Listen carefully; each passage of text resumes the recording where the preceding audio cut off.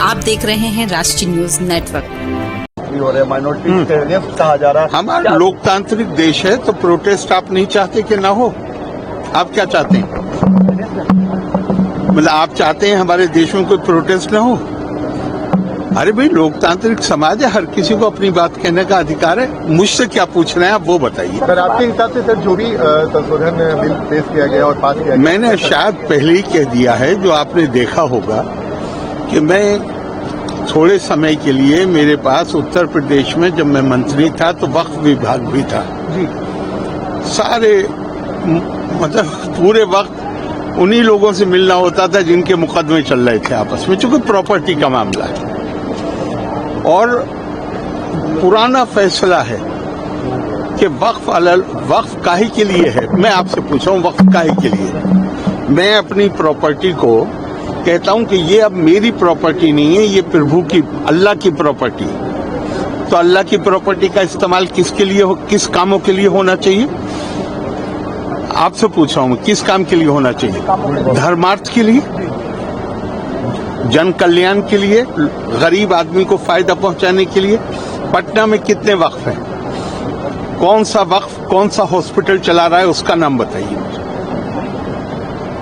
कोई अनाथालय चला रहा है वक्फ, कोई बड़ा अनाथालय। और ये ध्यान रखिएगा कि वक्फ करने वाला एक विशेष समुदाय का हो सकता है, लेकिन वक्फ का जो फायदा है,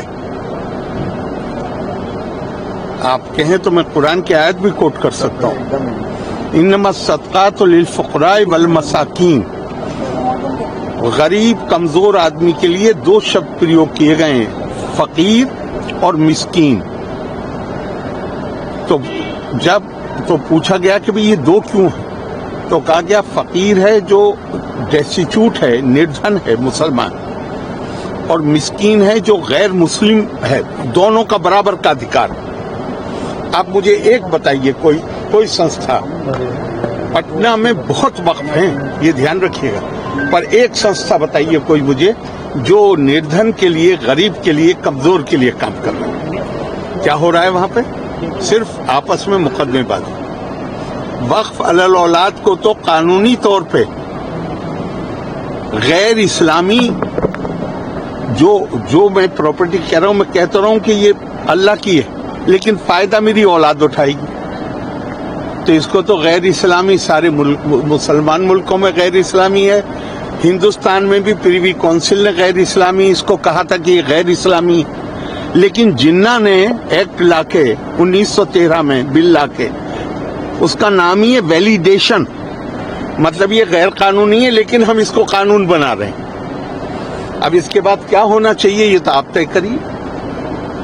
बहुत ज्यादा सुधार की जरूरत है और मैं मानता हूं कि ये जो बिल पास हुआ है, जो अब कानून बन गया या बन जाएगा, ये उस दिशा में बड़ा ठोस कदम।